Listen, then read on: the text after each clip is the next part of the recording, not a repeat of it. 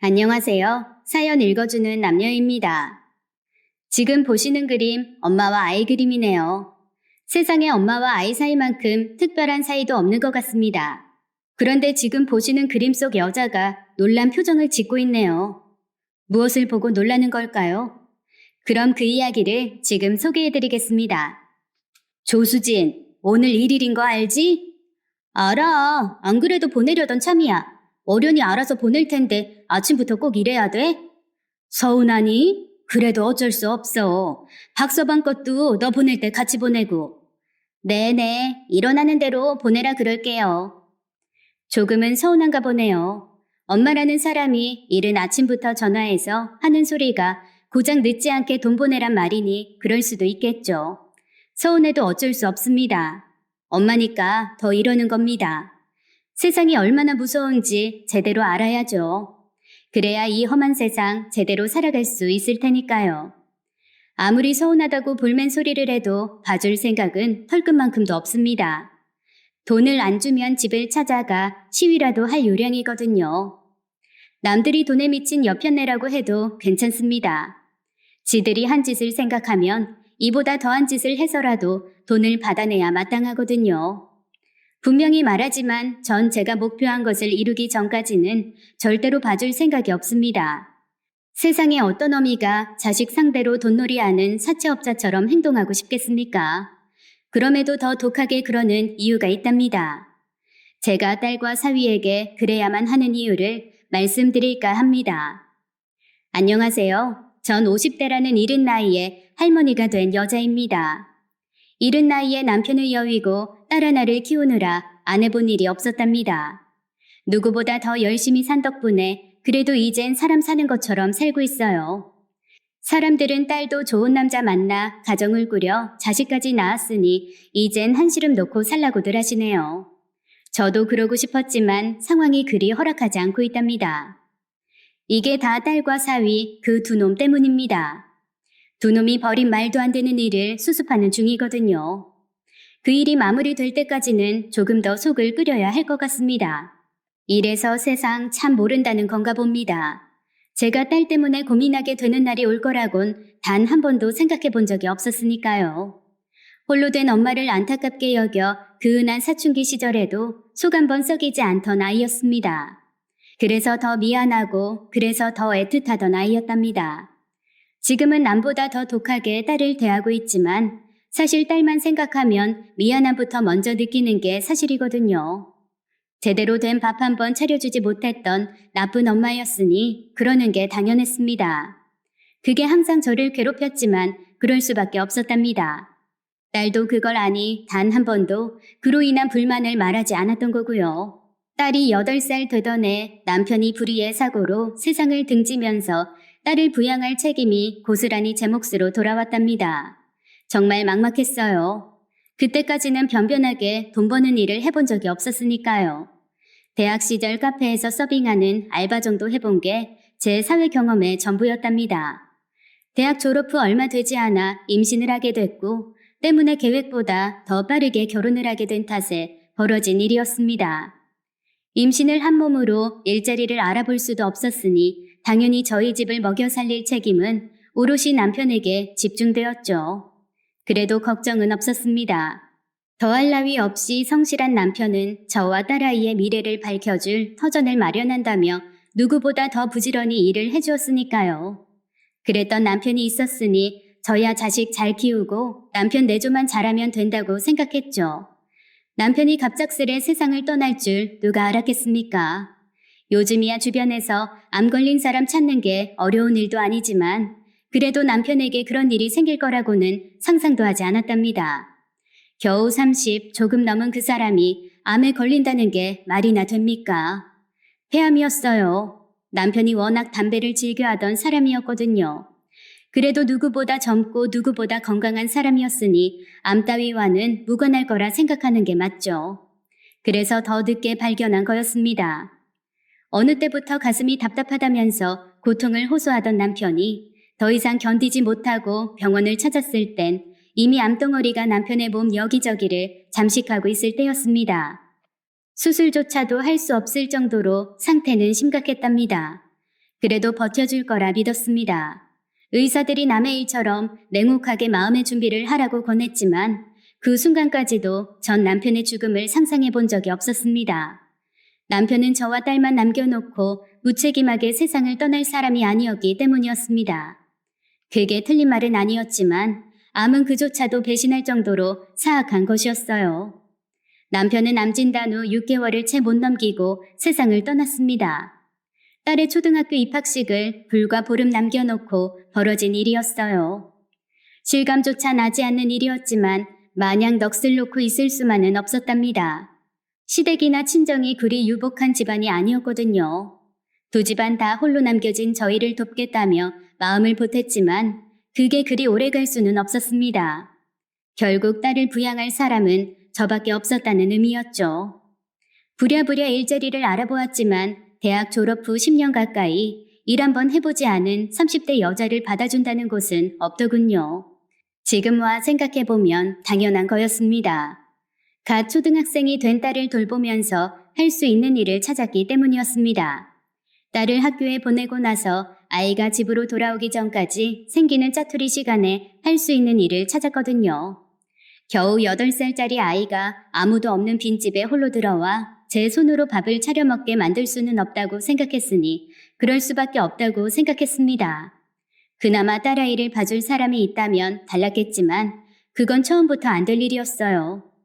친정과 시댁이 모두 부산이었으니 어린 소녀를 봐주러 오실 수가 없었거든요. 게다가 양가 형편도 넉넉지 않아 시부모와 친정부모님 네 분이 모두 일을 하시던 때였으니 더 그랬습니다. 제 딱한 사정을 보다 못한 엄마가 딸아이를 부산으로 보내라고 그러셨지만 그 또한 불가능한 일이었습니다. 급작스레 남편이 떠나고 무너지다시피 한 제가 딸아이마저 옆에 없다면 제대로 버티고 살 자신이 없었기 때문이었답니다. 아무것도 모르는 8살짜리 아이였지만 저로선 딸을 보는 것만이 유일한 위안이었어요. 이럴 수도 없고 저럴 수도 없는 말 그대로 사면초가인 상황이었어요. 딸에겐 너무 미안한 일이었지만 결국 전 공장행을 선택할 수밖에 없었습니다. 9시에 출근해 6시에 퇴근하는 양말 공장이었어요. 때론 야근도 해야 하는 상황인지라 그 어린 딸이 혼자서 학교를 다녀오고 집에 와선 혼자서 끼니를 챙겨야 했답니다. 지금도 딸에게 가장 미안한 부분이랍니다. 그래도 딸은 이런저를 이해해 주었습니다. 아무것도 모를 아이였음에도 그럴 수밖에 없다는 것을 알고 있었던 거죠. 힘들게 자란 아이들이 철이 빨리 든다는 말은 딸을 두고 한 이야기였습니다. 야근을 하고 9시가 넘어 집에 들어올 때면 그리 마음이 조급할 수가 없었습니다.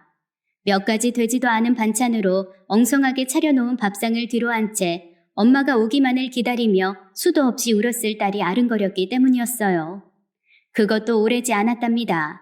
딸이 초등학교 고학년이 되면서부터는 제가 야근을 하고 집에 돌아와도 집이 말끔하게 정리가 되어 있었거든요. 딸의 얼굴에서도 더 이상 눈물 자국을 발견할 수도 없었고요. 울지 않았기 때문이 아닐 겁니다. 제가 없는 곳에선 수도 없이 울었을 테니까요. 그래도 제 앞에선 내색을 하지 않았답니다. 제가 그 사실을 알면 더 힘들어할 거란 걸 아니 자기가 먹고 난 밥그릇 설거지를 하던 것처럼 자기 얼굴도 깨끗하게 닦아낸 거였죠. 고맙고 미안하고 애틋하기만 한 존재, 그게 바로 딸이었습니다. 그 와중에도 공부도 곧잘 했습니다. 남들처럼 학원도 제대로 못 보내고 참고서도 넉넉하게 못 사줬지만 딸은 언제나 상위권을 유지했습니다. 제가 기뻐한다는 것을 알았기 때문이었어요. 저처럼 혼자서 자식을 키워본 분은 아실 겁니다. 그런 자식을 보는 마음이 얼마나 쓰라린 거란 걸 말입니다. 그래서 딸은 제 자랑이었고 제 모든 것이었습니다. 그런 딸이 대학을 졸업할 무렵 처음으로 제 속을 아프게 했었습니다. 누구나가 아는 상위권 대학은 아니었지만 그래도 딸은 나름 괜찮은 대학 경영학과에 진학해 저를 기쁘게 해주었습니다. 4년 내내 장학금을 놓치지 않을 만큼 공부도 열심히 했던 건 말할 필요도 없었습니다. 그러던 딸이 졸업을 한 학기 남겨두고 휴학을 하겠다더군요. 엄마, 나 휴학하려고. 휴학? 왜? 한 학기만 더 하면 졸업인데. 그래서 그래. 요새 취업이 쉽지 않아. 기업들이 이미 졸업한 학생들을 잘 안 받아주거든. 그래서 다른 친구들도 이렇게 휴학 많이 해. 휴학 중에 입사 지원을 해서 취업이 되면 그때 남은 학기를 이수하고 졸업하는 식으로 해. 저희 때랑 참 많이 다르더군요. 하긴 저희 때야 취업이 그리 어려운 일도 아니었으니까요. 근데 딸이 졸업할 당시에는 사정이 많이 달라져 있더군요. 저도 아예 모르는 것은 아니었습니다. 제가 양말 공장 이후 온갖 일을 전전했거든요. 가장 큰 이유는 역시 돈이었답니다. 아무리 수시로 야근을 한다 해도 양말 공장에서 버는 돈은 정말 적었거든요. 그 돈으로만 아이를 키우는데 필요한 것들을 제대로 충족시킬 수가 없었답니다. 그래서 이 일 저 일 닥치는 대로 했답니다. 그러다 마지막으로 정착한 것이 분양 대행이었어요. 아시는 분이 계실지도 모르겠는데 빌라나 미분양 아파트 같은 걸 하는 일이었습니다. 엄마의 후배분이 서울에서 그 일을 하셨거든요. 그분이 돈을 잘 번다고 하시는 걸 보고 엄마가 부탁을 하셨어요. 그래서 저도 그 일을 하게 되었답니다. 쉬운 일은 아니었지만 성과는 있었어요. 일단 시간 활용이 공장 다닐 때보다 훨씬 자유로워진 것도 있었고 무엇보다 돈벌이가 좋았거든요. 정확한 액수는 말씀드릴 수 없지만 아무래도 집이 고가다 보니 저희한테 떨어지는 수수료도 컸답니다. 그러나 정작 돈을 벌어주는 건 그게 아니었습니다. 그건 작건 분양 대행을 하다 보니 부동산 정보를 일반 사람들보다 빠르게 취득할 수 있었다는 게 컸어요. 그래서 있는 돈 없는 돈 다 끌어모아 몇 군데 투자를 하곤 했는데 그게 생각보다 훨씬 더 큰 이익을 만들어 주었답니다. 하루 종일 천먼지를 맡아가며 일하는 돈과는 차원이 다른 액수의 벌이가 가능했던 이유였습니다. 그래, 네 말대로 토익도 준비하고 어학연수도 다녀오고 해라. 말 들어보니 요새 대학생들에겐 해외 어학연수가 기본이라면서.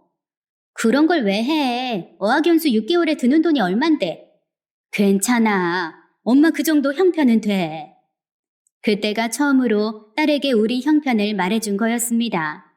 딸이 참 많이 놀라더군요. 이젠 형편이 어느 정도 나아졌다는 건 체감했겠지만 그래도 그 정도라는 걸 몰랐기 때문이었을 겁니다. 물론 그렇다고 제가 미주알 고주알 다 말해준 건 아니었습니다. 다만 우리 사정이 어학연수도 못 갈 정도는 아니라는 걸 말하다 보니 몇몇 비밀을 말해주긴 했지만요. 돌이켜 생각해보면 그때 그 이야기를 하지 말았어야 했나 봅니다. 그걸 말해주지 않았다면 딸이 그런 짓을 할 생각도 안 했을 텐데 싶어서요. 아빠가 돌아가시면서 너랑 나 살라고 보내준 돈이 있어. 아빠가 보험을 좀 드셨거든. 거기서 돈이 좀 나왔어. 남편이 사회생활을 시작하면서 보험을 몇 개 들었습니다. 대부분은 지인들의 사정을 봐주기 위한 거였어요.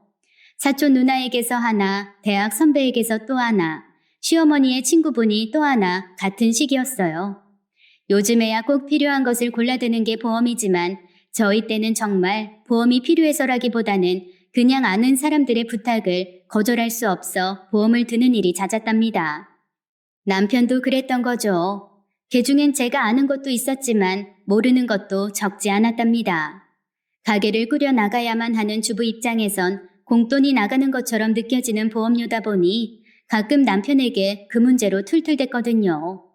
그러다 보니 남편이 제게 말도 안 하고 지인들의 보험을 들어준 게 있었답니다. 그게 남편이 떠나고 나서 저희에게 큰 힘이 되어줄 줄은 정말 몰랐습니다. 그렇다고 제가 그 보험금을 허투루 낭비하지는 않았습니다. 남편의 목숨값이라 할 그 돈을 아무렇게나 쓰고 싶지 않았던 것도 있었고 나중에 정말로 목돈이 필요할 때 써야 한다고 생각했기에 거의 손대지 않았답니다. 바로 그 돈이 부동산 투자를 위한 자본으로 활용했던 돈이었어요. 다행히 그게 많은 수익을 가져다 주었지만 딸에게 그런 것까지 일일이 다 말하지는 않았습니다. 다만 아빠가 너를 위해 보내준 돈이 있으니 걱정하지 말고 어학연수든 뭐든 하고 싶은 걸 하라고 말하기 위해 보험금의 정체를 공개한 거였답니다. 그랬구나. 우리 아빠 진짜 대단하다. 그럼 정말 대단하지. 그러니까 넌 걱정 말고 어학연수 다녀와. 싫어. 고작 6개월 어학연수 안 간다고 내가 취직 못할까? 내가 누구야? 엄마 딸이잖아. 그런 거 없어도 나 취직할 자신 있어. 그리고 아빠가 남겨주신 돈을 그런 데다 쓰는 것도 싫고. 그 돈은 소중하게 보관하자. 엄마도 그래서 지금까지 안 쓰고 있었던 거잖아. 너무 기특하더군요. 그렇게까지 말하니 더 이상 강요할 수는 없더라고요. 딸은 제가 생각하는 것 이상으로 남편의 유산을 소중하게 여겼습니다. 엄마, 나 알바해. 떡볶이 가게 종업원. 갑자기 알바는 왜? 너 취업 준비한다면서. 준비할 것도 많은 애가 알바에 시간 낭비할 이유는 뭔데? 말했잖아. 다 말할 순 없지만 너 돈 걱정 안 해도 된다고. 그러니까 알바는 안 해도 돼. 괜찮아. 하루 종일 하는 것도 아니고 나도 내 용돈 정도는 벌고 싶기도 하고. 우리 엄마 나 때문에 고생만 하는데 그걸 보는 내 속이 편하겠어? 약속할게. 이것 때문에 취업 준비 소홀히 하지 않겠다고. 엄마 나 믿지? 세상 사람 전부가 안 믿어도 저만은 믿어야 하는 사람이었습니다. 결국 딸은 제 반대에도 불구하고 알바와 취업 준비를 병행했답니다. 힘들 법도 한데 딸은 언제나 웃는 얼굴이었습니다. 그런 모습을 보니 제 걱정이 쓸데없는 건가 싶더라고요. 하긴 언제나 잔소리 들을 일을 만들지 않았던 딸이었습니다. 그때라고 다를 리 없었죠. 그렇게 생각한 게 너무 큰 착각이었습니다. 요즘도 가끔 그때를 회상하면 제가 더 반대하지 않았던 게 후회가 되긴 하지만 그때는 그럴 수밖에 없었습니다. 엄마, 다녀올게. 알바를 위해 집을 나서는 딸의 얼굴이 그렇게 명랑할 수가 없었습니다. 일하는 것이 그리도 좋을까 싶더군요. 그러다 문득 다른 생각이 들었습니다. 딸, 너 요새 좋은 일 있어? 요새 맨날 싱글벙글이잖아. 내가 그랬어? 뭐 매일매일이 좋긴 하지. 아무래도 수상한데? 너 혹시 연애하는 거 아니야? 연애는 무슨? 나 늦었어. 갔다 올게. 그제야 딸이 왜 그러는지 이해가 되었답니다. 정확히는 모르지만 제가 알기론 딸이 제대로 된 연애를 해본 적이 거의 없었거든요. 두세 번 정도 호감을 보인 남자가 없던 건 아니었지만 제대로 된 연애 경험은 한 번도 없는 아이였답니다. 딸은 제게 비밀을 만들지 않던 아이였으니 제가 모를 리가 없었답니다. 그러던 딸이었는데 그때만큼은 뭔가 감추는 게 있지 싶더라고요. 왠지 서운하대요. 그래서 결국 딸을 앉혀놓고 신문에 들어갔습니다. 조수진, 엄마 진짜 많이 섭섭하다. 무슨 소리야? 갑자기 그게 무슨 말인데? 왜, 무슨 일 있어? 일 때문에 서운한 게 아니라 너 때문에 서운하다고. 나? 내가 엄마를 서운하게 했다고? 난 그런 적 없는데. 너 요새 맨날 웃고 다니고 저녁엔 핸드폰도 붙잡고 살고 아무리 봐도 연애하는 티가 역력한데 왜 엄마한테는 말을 안 해줘? 그러니 서운하지. 이제 우리 딸도 엄마한테 비밀을 갖나 싶어서. 그런 거였어? 미안. 안 그래도 엄마한테 말하려고 했는데. 반쯤은 넘겨짚은 거였는데 정말로 딸이 연애를 하고 있다더라고요. 좀 묘한 기분이 들었습니다. 그 어린 것이 자라서 연애를 한다니 좀 대견하기도 했고 한편으로는 좀 서운하기도 했었거든요. 아빠들이 보통 그러는 것처럼 오직 나만의 것이라 여겨지던 딸을 누군가 뺏어가는 것 같다는 느낌이 들었던 거였어요. 누군데? 같은 대학 사람이니? 선배? 친구? 설마 너보다 어린 건 아니지? 대학 사람은 아니야. 사실은 딸이 만나고 있다는 사람 이야기를 하더군요. 그 사람에 관해 이야기를 하는데 어찌 그리 표정이 좋든지요. 그럼에도 전 솔직히 말하자면 좀 실망스럽기는 했어요. 떡볶이집 사장이라고? 설마 지금 네가 알바한다는 그 가게 사장이니? 나이는 나보다 4살 더 많아. 그럼 27이네? 대학 졸업하자마자 가게를 차린 거야? 아니, 그 사람 대학 안 나왔어. 고등학교 졸업하고 군대 갔다 와서 바로 장사 시작했거든. 대학을 안 나왔다고? 순간적으로 제 얼굴에 실망이 서리는 걸 딸이 보았나 보더라고요. 하긴 평생 우리 둘이서 살아왔는데 그런 걸 모를 딸이 아니었습니다. 왜? 마음에 안 들어? 대학이 뭐 중요해. 중요한 건 사람이잖아. 엄마도 그 사람 보고 나면 내 말이 무슨 뜻인지 알게 될 거야. 대학을 안 나왔다고 그러는 게 아니라 엄마는 네가 좀 편하게 살았으면 해서. 엄마가 옛날 사람이라서 그런지 몰라도 남편감은 좀 안정적인 직업을 가진 사람이었으면 좋을 것 같거든. 그래야 네가 고생을 안 할 테니까. 알아. 엄마 말 무슨 뜻인지. 근데 엄마 진짜 한 번만 만나봐. 그러고도 계속 그런 생각이 들면 나도 다시 한번 생각해 볼게. 응? 딸의 간청에도 불구하고 좀처럼 마음을 돌릴 수가 없었습니다. 부모라면 그럴 수밖에 없었기 때문입니다. 제가 남편이 없었기에 겪어야 했던 그 고통들을 딸이 겪지 않았으면 했으니까요. 좀 더 안정적인 직업을 가진 이를 만나기를 내심 바라왔던 저로서는 그 친구를 좋은 눈으로 바라볼 수 없었던 건 당연한 일이었습니다. 그래, 대학을 안 갔다고? 실례지만 이유가 있나? 집 형편이 그리 좋지가 않아서요. 부모님들이 힘들게 저희 키우시는 거 보면서 대학 가서 편히 지내는 게 마음에 들지가 않았습니다. 부모님들을 좀 더 편하게 모시고 싶었어요. 그래서 대학 대신 일을 선택했습니다. 생각이 참 발라 보이더군요. 고작 20살짜리가 그런 생각을 하는 게 쉽지는 않으니까요. 그래도 여전히 마음에 드는 건 아니었습니다. 걱정하시는 건 잘 알겠습니다만 그래도 저 수진이를 행복하게 해줄 자신 있습니다. 이런 거 보여드린다는 게 웃긴다는 거 알지만 그래도 제 각오를 보여드릴게 이것밖에 없어서요. 그 친구가 통장을 보여주더군요. 보나마나 그간 자신이 모은 돈일 거라 생각했습니다. 사실이더군요. 그래봐야 얼마나 될까 생각했답니다. 딸의 말대로 군대를 전역하고 사회에 뛰어들었다 해도 고작 4, 5년이 전부일 테니 그 짧은 시간 모아봤자 얼마나 모았을까 싶었거든요. 1억? 이게 진짜 자네가 그간 모은 돈인가? 네, 배달 일부터 시작했습니다. 배달을 할 수 없는 시간에는 택배 상하차 일도 했고 대리 운전도 했습니다. 그러다 분식점 일도 하게 되었습니다. 감사하게도 사장님이 어린 친구가 열심히 산다며 레시피를 알려주시더군요. 그래서 떡볶이 가게를 시작하게 되었습니다. 운이 좋아서 찾아주시는 분들이 많았습니다. 그 돈은 제가 안 쓰고 모은 돈입니다. 어머니 보시기엔 그리 많은 돈은 아니겠지만 저 정말 죽을 각오로 모은 돈입니다. 돈의 크기로 사람을 판단하는 게 올바른 건 아니겠지만 그러기엔 너무 큰 돈이었습니다. 자기 말대로 불과 5년 일해서 모으기엔 너무 큰 돈이었답니다.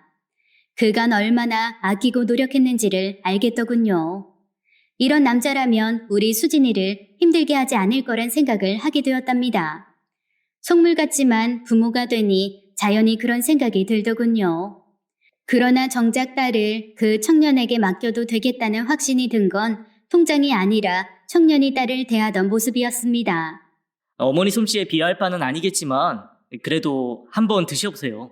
조수진, 어머니 수저 들고 나면 먹어야지. 반듯한 것은 물론이고 딸을 챙기는 모습 하나하나에 애정이 깃들어 있더군요. 너 또 당근 빼지? 안 돼. 당근이 몸에 얼마나 좋은데. 착하지? 딸이 다른 건 다 좋은데 편식을 하는 버릇이 있었답니다. 대표적인 음식이 당근과 파였는데요. 청년은 이미 그를 아는 눈치더군요. 하긴 당장 우리 집에 손님 자격으로 온 친구가 거리낌 없이 주방으로 들어가는 것만 봐도 청년이 평소 딸에게 어떻게 했는지를 알겠더라고요. 보나마나 가게에서도 이런 식으로 딸에게 음식을 해주었지 싶더군요. 어떠세요? 입에는 좀 맞으세요? 맛있네. 평소에도 자주 하는가? 아니, 네. 명색이 식당 사장인데요. 그리고 수진이가 입이 좀 짧아서 죄송해요. 그래서 싫어하는 재료를 먹이려고 연구도 많이 했습니다. 마음 씀씀이가 고맙더라고요. 꼭 편식하는 아이에게 음식을 먹이기 위해 고민하는 엄마처럼 청년은 딸을 위해 고심하고 음식을 만들어 주었거든요. 그런 모습을 보자 더 이상 딸의 선택을 반대할 명분이 없어지더라고요. 사실 남편이 겹쳐 보이기도 했고요. 남편이 그랬거든요. 제가 싫어하는 음식을 먹이기 위해 몰래 음식 안에 숨기기도 했거든요. 여전히 잘 먹진 못하지만 중요한 건 그 마음이지 않습니까? 아직 수진이에겐 말 안 했는데 어머니는 아쉬워할 것 같아서요. 제가 운이 좋아 가게가 잘 돼서 조만간 확장을 하려고 합니다. 그러다 보면 아무래도 지금보다 더 바빠질 것 같고요. 저도 바쁜데 수진이까지 일을 하게 되면 정말 저희 얼굴 보기도 힘들 것 같아요. 그래서 저 수진이 일 안 하고 집에서 쉬게 하려고 합니다. 수진이가 들으면 펄쩍 뛰겠지만 전 그런 마음입니다. 그래서 부탁드리려고요. 어머니가 수진이 일 안 하고 집에서 있으라 말해주시면 감사하겠습니다. 이미 만반의 준비를 하고 있더라고요. 아직 30도 되지 않은 총각이 어찌 그리 다부진지 모르겠더라고요. 무엇보다 수진이가 힘들게 일하지 않게 더 노력하겠다는 데서 기울었던 마음이 원위치로 돌아오지 뭡니까? 결국 청년의 부탁을 들어주고 말았답니다. 수진이가 조금 난색을 표했지만 사실 일하는 게 어디 그리 쉽겠습니까? 제가 그 어려움을 누구보다 잘 아니 수진이를 설득하는데 더 열심일 수밖에 없었습니다.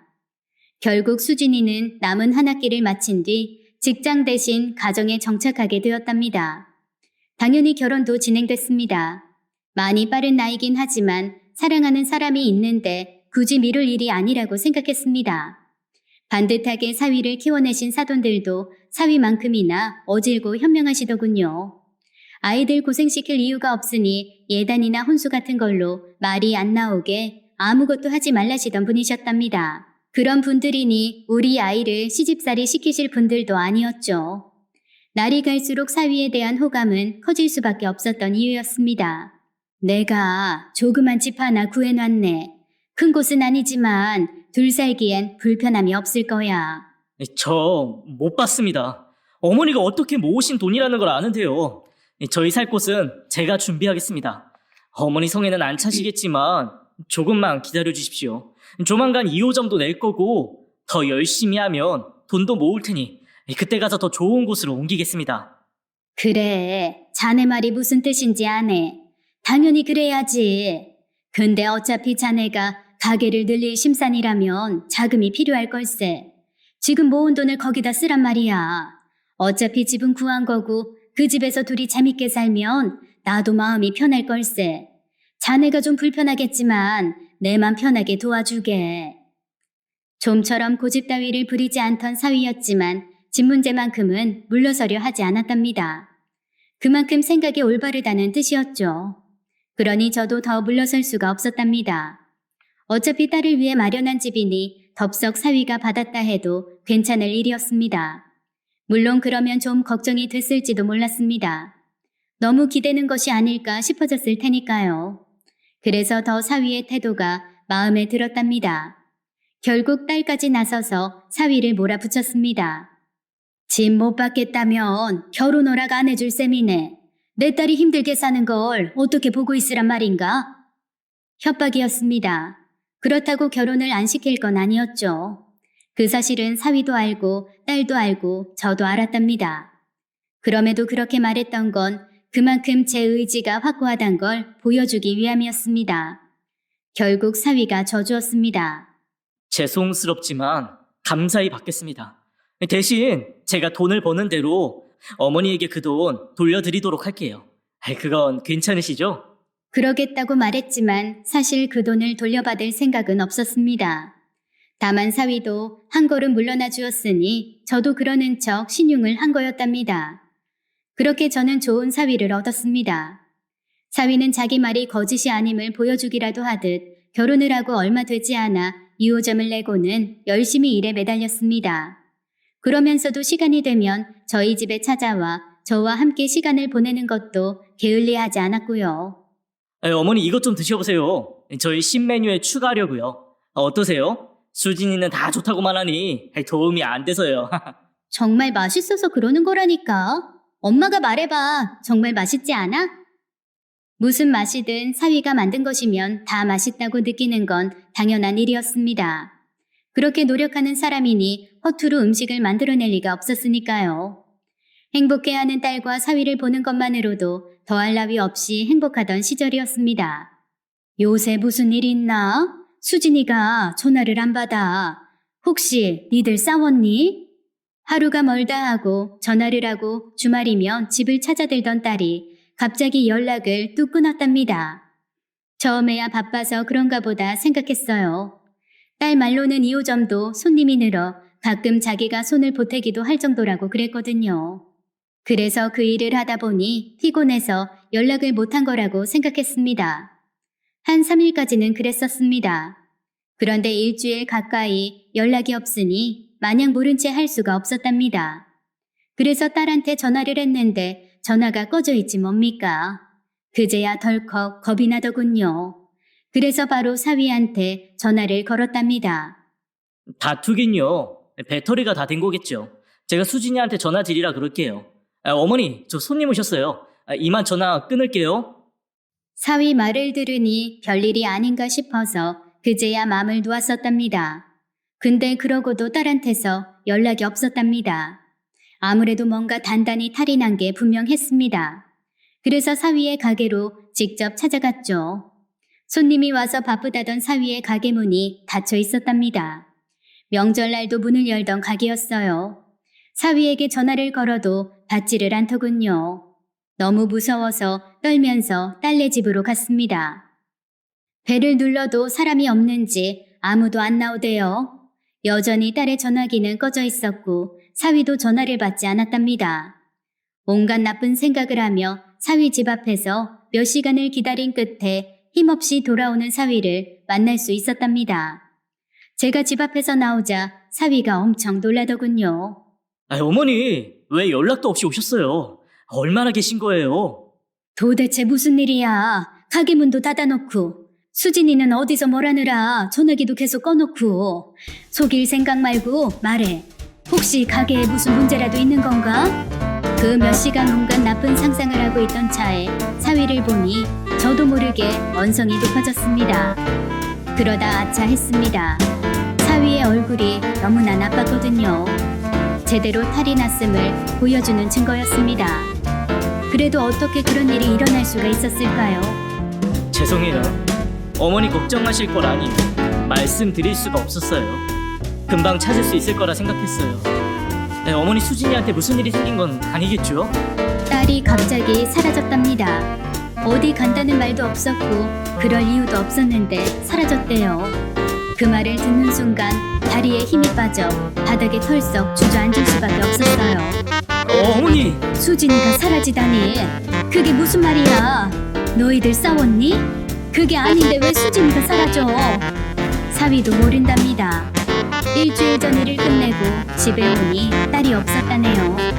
처음에는 어디 잠깐 나간 거라 생각했는데 밤이 늦도록 돌아오질 않았답니다.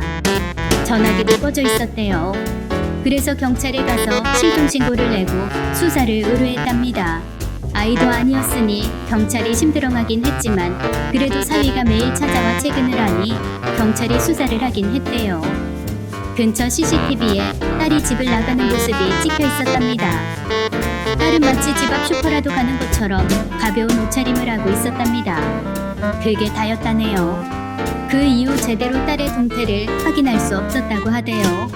결국 사위가 가게 문까지 닫고 딸을 찾기 위해 미친놈처럼 여기저기를 헤맸다지 뭡니까? 어디 짐작 가는 곳은 정말 싸운 거 아니지? 네, 그래서 더 미치겠어요. 저희가 싸우기라도 해서 수진이가 나간 거면 이렇게 걱정은 안 되죠. 근데 저희 진짜 아무 일도 없었어요. 어머니 저 어떡해요? 사위가 울더군요. 저도 눈물이 날 지경이었지만 당장 급한 건 그게 아니었어요. 수진이를 찾는 것이 저와 사위가 해야 할 일이라고 생각했으니까요. 저희 둘은 수진이를 찾기 위해 온갖 일을 다 했습니다. 딸이 평소 자주 다니는 근처에 플래카드도 내걸고 틈만 나면 경찰서에도 찾아가 딸을 찾아달라고 애원하기까지 했답니다. 그럼에도 딸은 마치 땅 밑으로 꺼진 것처럼 그 어디에서도 흔적조차 발견되지 않았답니다. 그렇게 3년이란 시간이 흘렀습니다. 그 시간은 저도 사위도 사는 게 아니었어요. 잠도 못 자겠고 먹는 것도 무의미한 그런 날이었습니다. 그래도 사위가 있어서 다행이었답니다. 사위는 딸을 찾겠다며 가게는 직원에게 맡기다시피 하고 지방도 다니며 딸을 찾는 일에 매달렸거든요. 그러면서도 수시로 저를 찾아와 잔소리를 들어놓았답니다.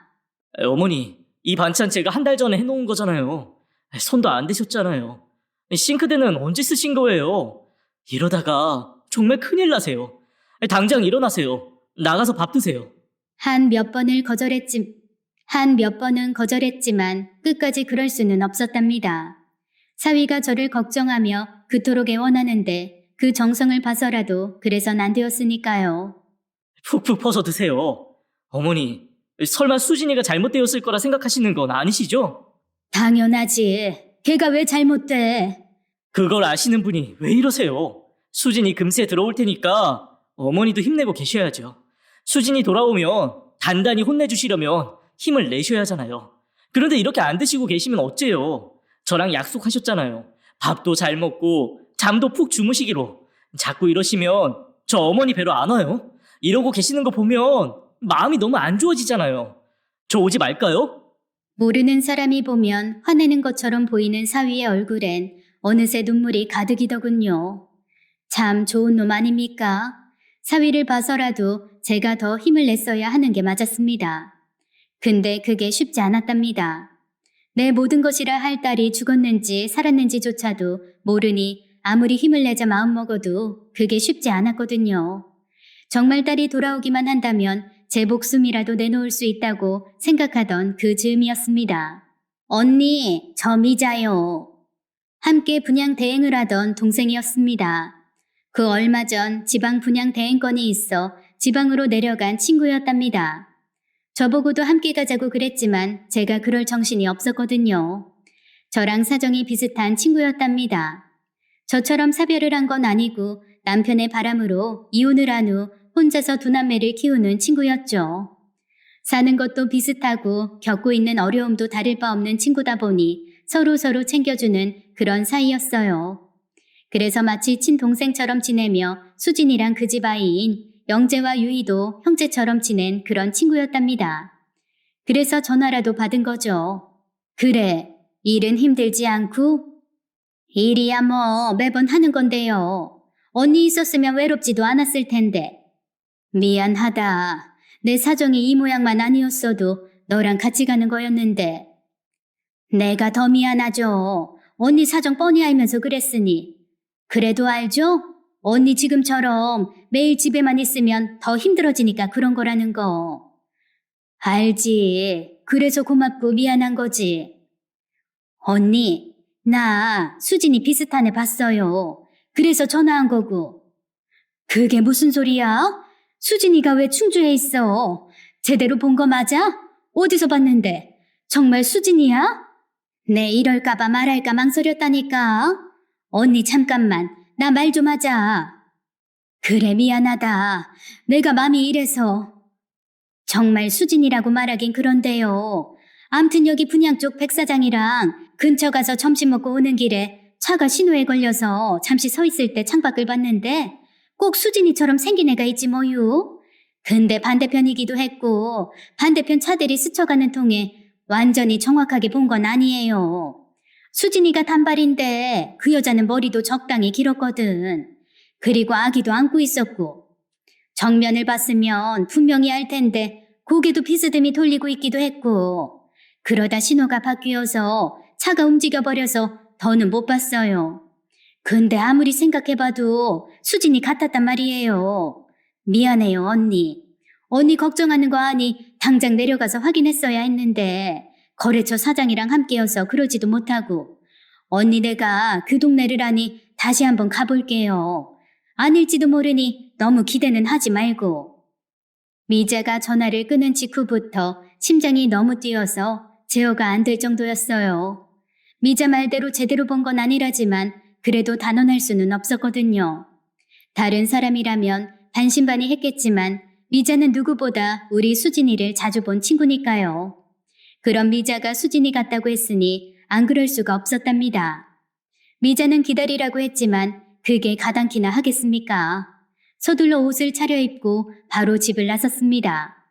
물론 집을 나서기 전 사위에게 전화하는 건 잊지 않았답니다. 나 지금 충주 가네. 누가 거기서 수진이 비슷한 사람을 봤대. 네? 누가요? 일단 계세요. 차도 없으신데 충주는 어떻게 가시려고요? 또 지난번처럼 돈을 노린 거짓 제보일 수도 있어요. 가더라도 제가 갈게요. 어머니 그냥 계세요. 사위가 신신당부를 하더군요. 걱정이 되니 그런 거였습니다. 3년이 지났을 때에야 그런 제보가 뜸해졌지만 딸 실종 초기엔 플래카드에 걸린 사례금을 노린 거짓 제보들이 적지 않았답니다. 그런 제보만 믿고 갔다 실망만 안고 돌아온 일이 한두 번이 아니었고요. 사위는 또 그런 거라 생각했던 모양이었습니다. 근데 그때는 달랐죠. 익명의 제보자가 아니라 수진이를 누구보다 잘 아는 사람이었으니까요. 그래서 사위의 말도 무시하고 충주로 갔었습니다.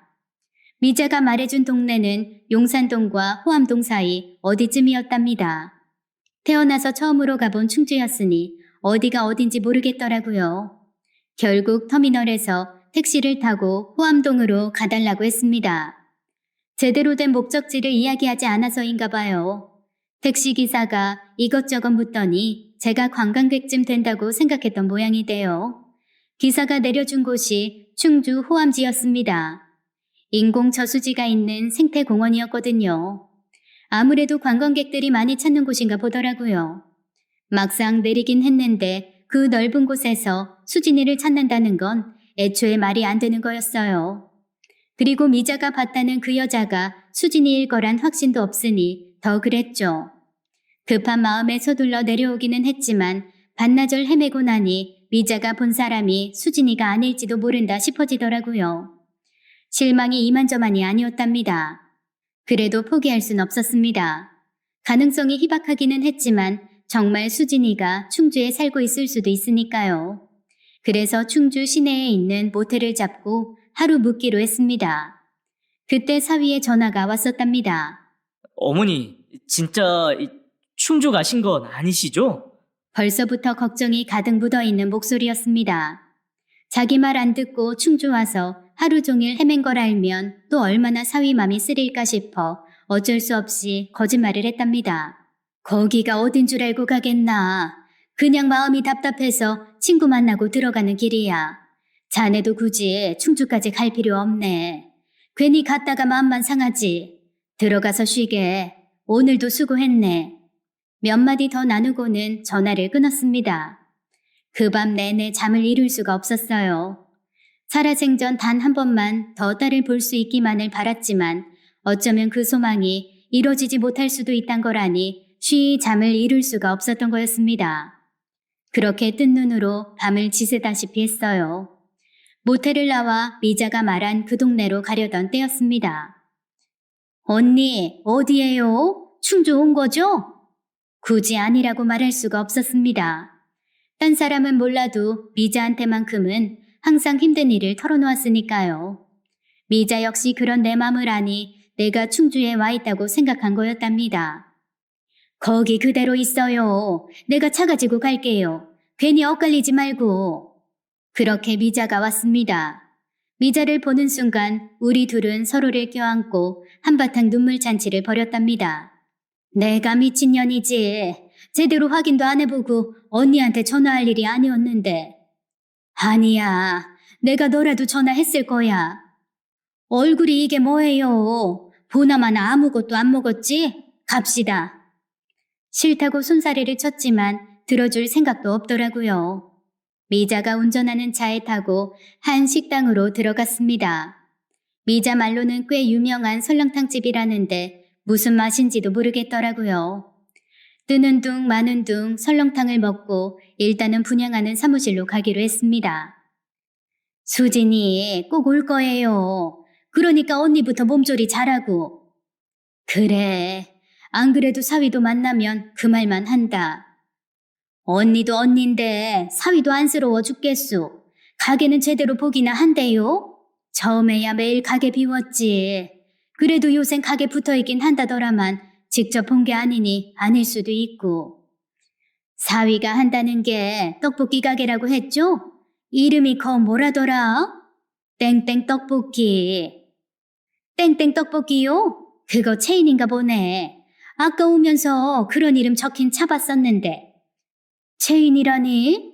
그 가게 사위가 만든 거야. 지금 2호점까지 있는걸. 그나마 일 터지고 나선 2호점은 닫았고. 잠깐만, 뭐라고? 그 차를 봤다고? 어디서? 아까 봤다니까. 여기서. 아까 신호 걸려 있을 때 내 옆에 있었어. 하도 차에 요란하게 상우랑 떡볶이 그림 그려져 있어서 잠깐 봤어도 기억에 선한 거지. 말이 안 되는 소리였습니다.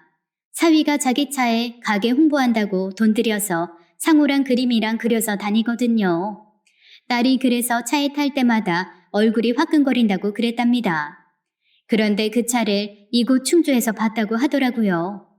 아무래도 사위가 충주에 왔다는 뜻이라고 생각이 됐습니다.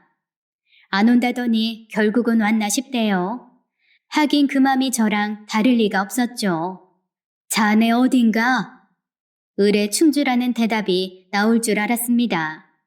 가게요. 오늘 주문이 많아서 일찍 나왔어요. 어머니 잘 주무셨어요?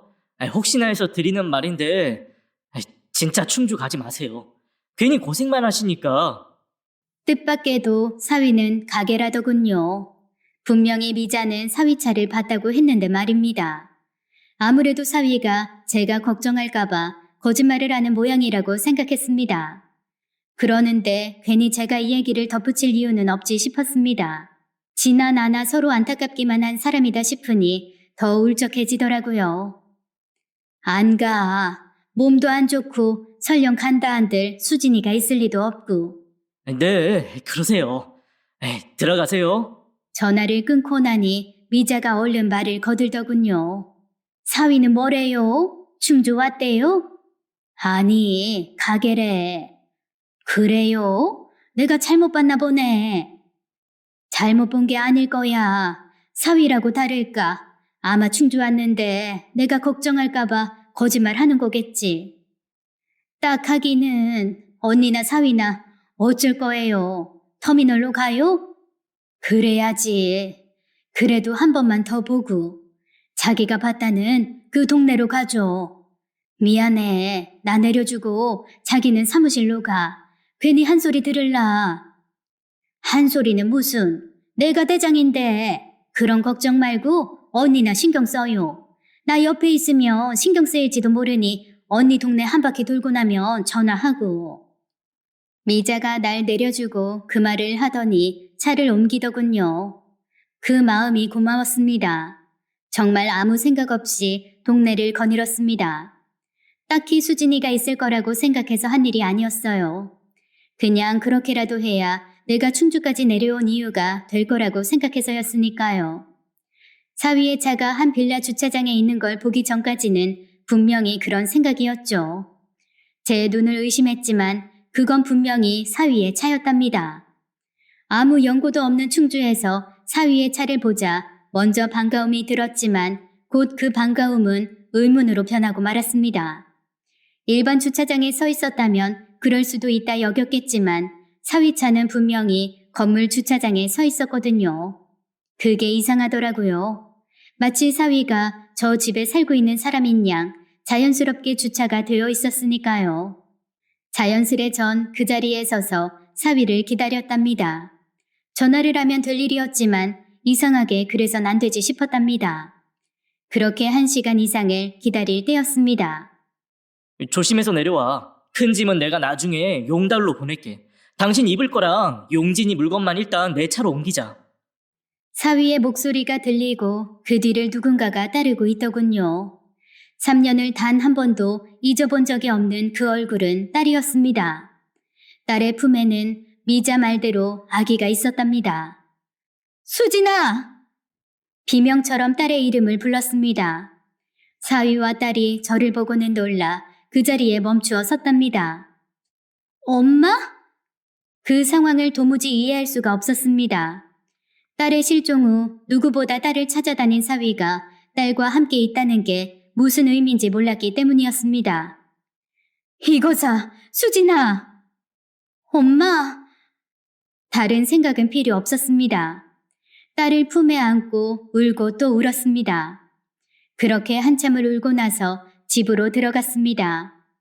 그리 크지 않은 빌라 3층에 딸이 그간 살아온 자국이 선명하더군요. 이게 어떻게 된 거야? 자네는 왜 여기에 있고 넌 또 왜 이러고 있냐고. 니들 어떻게 된 거야? 머뭇거리던 사위가 결국 입을 열었습니다. 너무 어이가 없는 고백이었어요. 화도 나고 어이도 없고 그래도 다 들었습니다. 그러니까 그 매니저라는 친구가 자네 몰래 가게를 처분했다는 거지?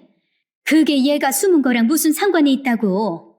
그놈을 잡았어야 했으니까요. 제가 지를 얼마나 믿었는데 그놈 잡겠다고 하다 보니 가게도 소홀해지고 그러다 보니 계속 빚만 쌓이고요. 엄마, 저 사람 잘못 없어. 내가 그러자고 한 거야. 미안해.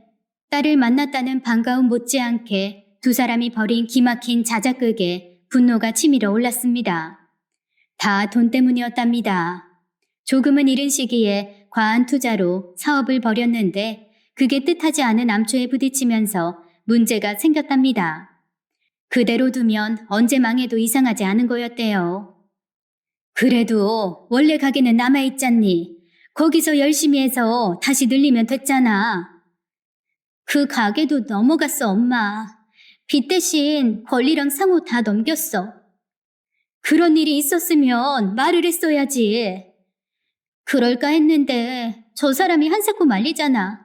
저 사람 마음도 이해가 가고. 그랬다더라고요. 큰 소리 떵떵 치며 딸을 행복하게 살게 하겠다고 했는데 얼마 못 가 그런 일이 나자 차마 면목이 없었답니다. 그러니까 내 말은 사업이 망한 건 그럴 수 있다고 쳐도 왜 네가 이렇게 숨어 있냐는 거다. 그것도 엄마이 나한테까지 죽은 사람 행세를 한 거냐고. 내가 너 때문에 요 몇 년 동안 어떻게 살았는지 아니? 이 나쁜 것. 미안해, 엄마. 근데 엄마한테 연락하면 보험사 사람들이 눈치챌 것 같아서 그럼 보험금도 못 받을 테고 그럼 제기는 물 건너가는 거니까. 그때 아기가 잠에서 깨어 우는 통에 더 이야기를 이어가지는 못했습니다. 딸이 청주에 내려와서 낳은 그 아이는 사내 아이였습니다. 이름은 용진이었어요. 누구보다 큰 축복 속에서 태어나야 했던 손자가 부모의 어리석음 때문에 출생신고도 못하고 있다는 이 현실이 너무도 싫었습니다. 그날 참 많은 이야기를 들었지만 그 이야기 어느 하나도 올바른 것은 없었습니다. 그래서 5년간 행방불명되면 죽은 사람이라고 신고를 할 수 있는 거라고? 그래서 네가 죽은 사람이 되면 보험금을 받는 거고? 응, 이 멍청한 거사. 그래서 네가 죽은 사람이 돼서 보험금을 받으면 그 다음은 다시 가게 차리고 재기하려고. 넌 남은 평생 죽은 사람으로 살고 아이는 저 아이 출생신고는 했니? 아니, 어떡해? 단 한 번도 딸이 철이 없다는 생각을 해본 적이 없었지만 그때만큼은 아니라고 생각했습니다. 이 멍청한 거사, 애 생각은 왜 안 해? 저 애가 학교도 못 가고 태어난 적도 없는 사람처럼 살게 두는 게 말이 된다고 생각하니? 그러고도 네가 엄마야? 미안해. 근데 너무 힘들어서 그랬어. 처음부터 그러려고 했던 게 아니라고. 딸의 말은 이랬습니다. 내가 사준 집 보증금까지 다 뺐답니다. 이후 월세로 살고 있다더라고요. 어떻게든 돈을 구해 제기를 하려 했지만 돈이 나올 구석이 없었답니다. 이미 대출을 여기저기서 땡겨 쓴 이유이니 그럴 수밖에 없었다는 거였습니다. 그때 문득 저랑 했던 이야기가 떠올랐다더라고요. 아빠가 남기신 보험금이 우리를 살렸다면서 우리도 그럴 수 있지 않을까 생각했어. 말도 안 되는 자작극이 결국 제 말 한마디에서 비롯되었더군요. 기가 차더라고요. 그날 두 아이를 얼마나 혼냈는지 모릅니다. 당장 서울로 가자. 일단 니들은 우리 집으로 들어와. 그리고 보험은 당장 해지해. 보험이라는 게 어려운 사람들을 위한 거지 너희들처럼 나쁜 짓에 쓰라는 건 아니니까. 설령 니들의 말도 안 되는 짓이 성공해서 보험금을 받았다 해도 내가 용서 못해. 그랬으면 내가 경찰에 신고했을 꾀다. 결국 서울로 다 같이 올라왔답니다. 거처는 일단 저희 집으로 정했답니다. 배달 일을 하고 있던 사위에게 적당한 돈을 건네고요. 사위는 그 돈으로 다시 가게를 열었습니다. 괘씸하기는 하지만 안정된 수입원이 있어야 세 가족 먹고 살 테니 그건 해주어야 했죠. 감사할 필요 없다. 거저준 건 아니니까. 용진이는 내가 봐줄 테니 너희는 일을 해. 박서방은 가게를 하고 너도 일자리를 찾아. 그래서 매달 너희들이 버는 돈 절반씩은 무슨 일이 있어도 매달 1일에 내 통장으로 보내고 사정이 좀 나아지면 독립도 해라. 그래도 내가 준 돈은 다 갚아야 하는 거 명심하고. 그렇게 3년이 지났습니다. 마음 같아선 그 돈 다 갚을 때까지 잡아두고 싶었지만 사위 보기가 너무 딱하니 그러기도 쉽지 않더라고요. 그날 이후 사위는 제 얼굴을 똑바로 쳐다보지도 못했거든요. 그래서 결국 2년 만에 분가를 시켰습니다. 물론 그 돈도 제가 대줬습니다. 당연히 그 돈도 다 돌려받기로 했습니다. 그래서 제가 악덕 사채업자처럼 딸과 사위를 들볶고 있는 겁니다. 이렇게라도 해서 두 녀석들 정신을 차릴 수 있다면 그보다 더한 짓도 할 겁니다. 두 아이가 보내온 돈은 차곡차곡 쌓이고 있습니다. 둘이 합쳐 매달 300씩 보내온 돈은 조만간 1억이 될 정도네요. 말은 안 했지만 언젠가 때가 되면 이 돈은 아이들에게 돌려주려고 합니다. 두 놈이 정신을 다 차리고 나면 그때 줄 예정이지요. 그가 마음고생한 걸 생각하면 그래선 안 될 일이지만 용진이를 보면 또 마음이 약해져서요. 이게 잘하는 짓인지는 모르겠지만 어쩌겠습니까? 부모란 사람들이 다 이러고 사는 거 아니겠습니까? 오늘 이야기 잘 들어주셨나요? 사라진 딸 때문에 마음 졸였을 사연자분의 마음이 저에게도 전달되어 저도 마음을 졸이면서 사연을 읽었습니다. 이 모든 일이 돈 때문에 시작되었다는 게 참 안타깝네요. 먼 길을 돌고 돌았지만 제자리를 찾은 것 같아 다행이란 생각도 듭니다. 오늘의 이야기는 여기까지입니다. 감사합니다.